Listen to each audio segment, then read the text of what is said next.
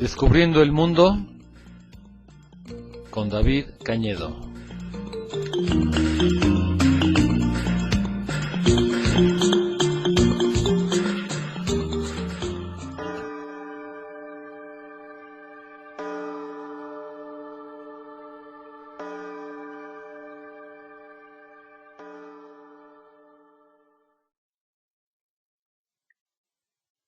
El Imperio Mongol también en su momento creció desmedidamente. Bueno, el Imperio Español de repente se hace de todos estos territorios y todas estas rutas comerciales y de repente se enriquece de la noche a la mañana. Es como el nuevo rico que empieza a ostentar todo esto, empiezan a construir sus castillos y el Escorial y quién sabe cuántas cosas.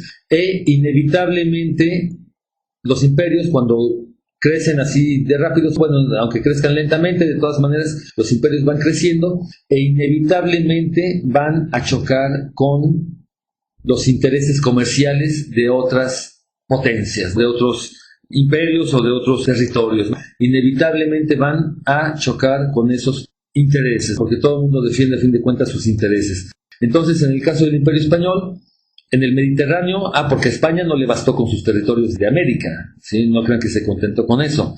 La corte española tenía también enormes ambiciones ahí mismo en Europa. En aquella época las cortes europeas eran un hervidero de intrigas, ¿sí? Y de matrimonios concertados para que este imperio y el otro imperio se juntaran y quién sabe cuántas cosas.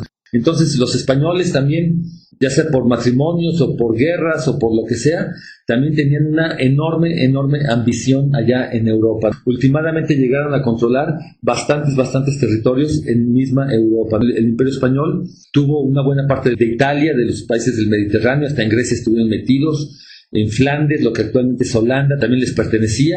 Y últimamente el Imperio Austrohúngaro y el Imperio Español también se terminaron uniendo por matrimonios. A todas sus princesas las casaban con el príncipe del imperio vecino. Eso era lo que hacían.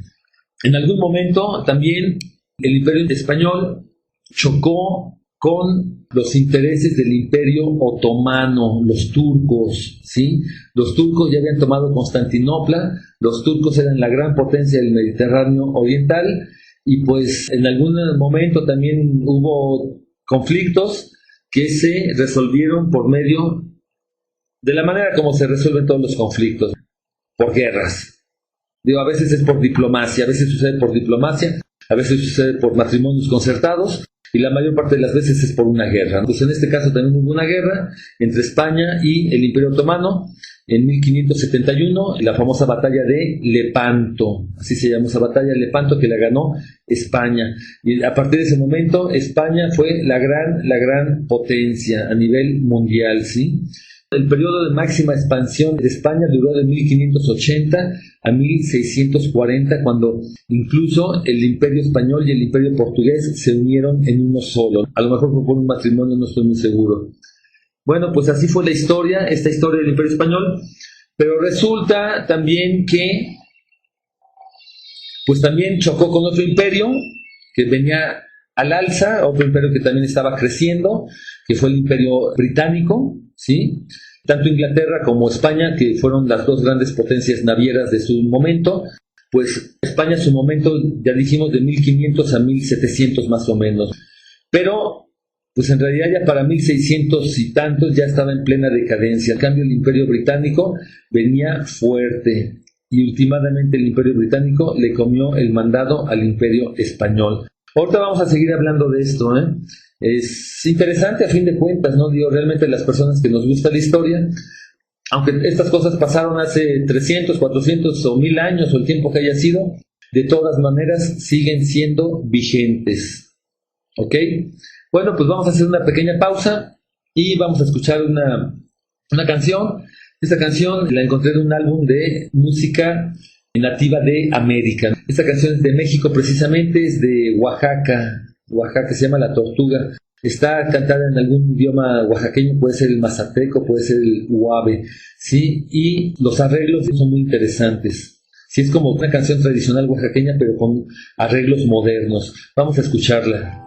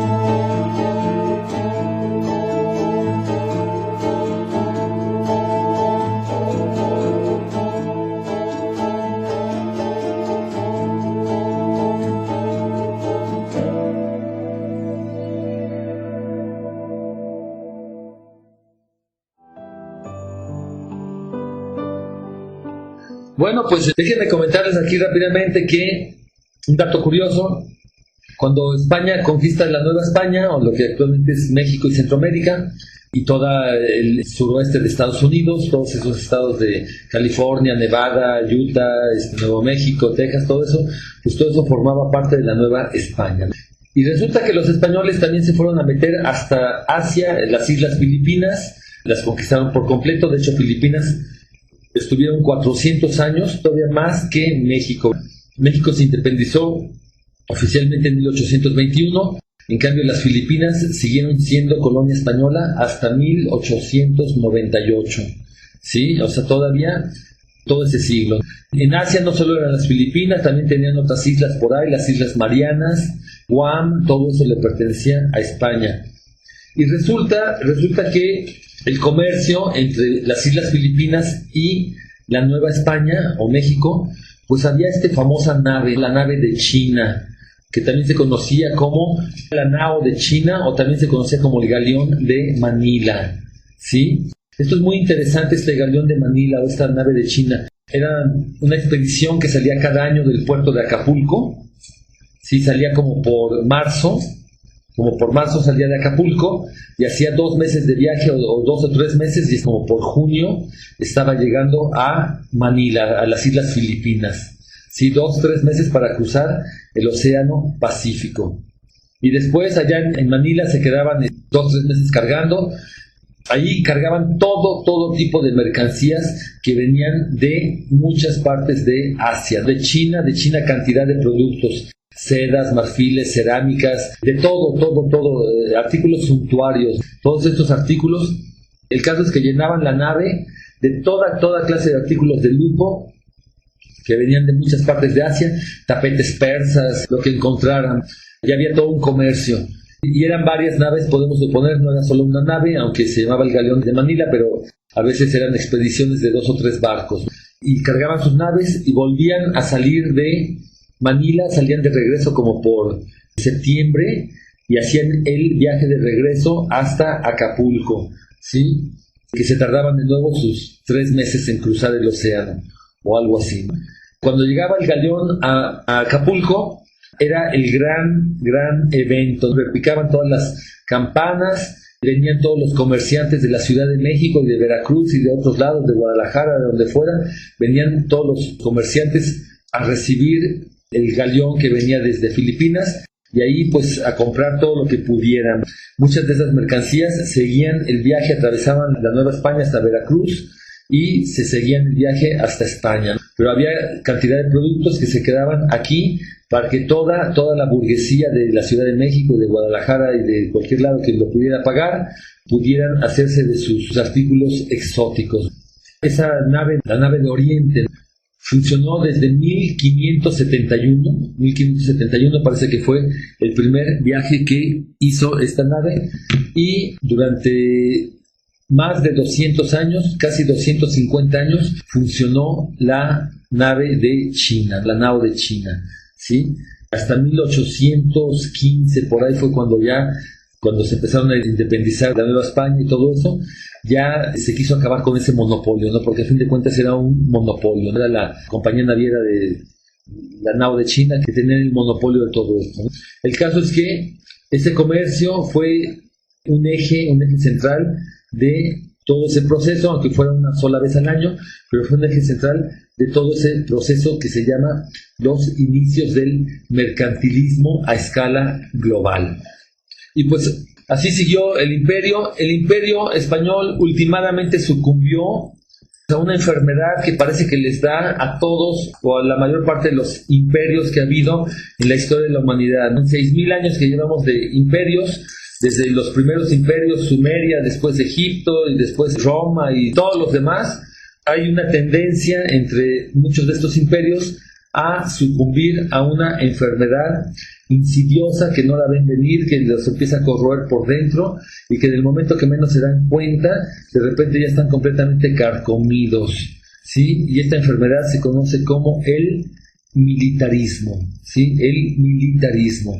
Si resulta que estos imperios se agolosinan, son demasiado ambiciosos, quieren tener cada vez más territorios y cada vez explotar más y construir sus castillos y sus palacios cada vez más grandes, sus palacios de Versalles y sus pirámides de Egipto y sus murallas chinas y todos estos grandes proyectos que se lanzan los imperios a hacer, y sobre todo los nobles y los condes y los reyes que quieren darse la gran vida y necesitan cada vez más dinero, cada vez más recursos, y para mantener todas esas colonias tranquilas, en paz, pues necesitan tener ejércitos cada vez más grandes, y empiezan a gastar verdaderas fortunas simplemente para mantener ejércitos que cada vez son más irrelevantes. Es exactamente lo mismo que está sucediendo actualmente con el imperio estadounidense. Es exactamente, ya de esto hablaremos en otra ocasión. Lo mismo que sucedió con el imperio británico, lo mismo que sucedió con Roma, lo mismo que sucedió con todos esos imperios. Empiezan a depender completamente de sus enormes ejércitos para poder mantener sus imperios. Y toda la economía empieza a girar en torno a las armas, en torno al ejército, ¿sí? Exactamente lo mismo que sucede, repito, con Estados Unidos, que la mitad de su presupuesto o algo así, su presupuesto anual bruto, la mitad del presupuesto se va en el ejército o cosas relacionadas con el ejército. Bueno, pues lo mismo sucedió con España, y España se empezó a endeudar cada vez más, a pesar de estas montañas de plata que sacaban de América, pues se empezaron a endeudar cada vez más, y últimamente el imperio español se vino para abajo.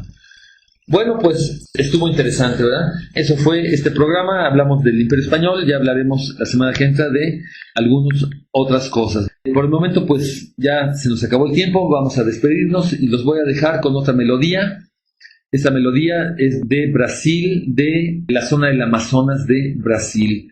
Sí, realmente no les puedo dar mayor información sobre esta canción, pero no la necesitamos, basta con escucharla. La música, aunque no entienda uno lo que cantan, a veces están en idiomas extranjeros, pero pues la música tiene esa facultad de llevarnos a viajar por otros lugares. Son otras culturas, otras maneras de vivir, y la música es un reflejo de otras formas de vivir. Pues los dejo yo, este fue su programa Descubriendo el Mundo con David Cañedo, y nos estamos escuchando la semana próxima.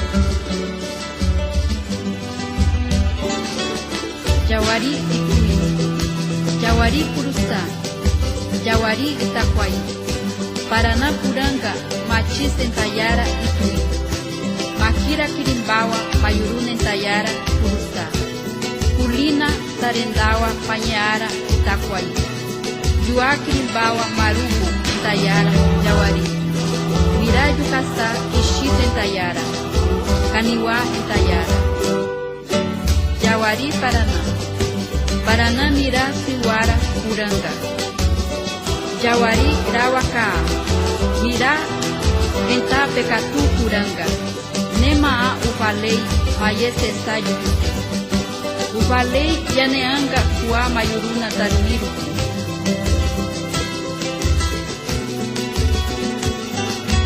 Matis Surisarupi, Culina Quirimbawasarupi, Marubo Muraquirupi, Curubu Mirarupi, Ustaceu Maramunha Runderupi, Canamari Ustaceu Maramunha Runderupi,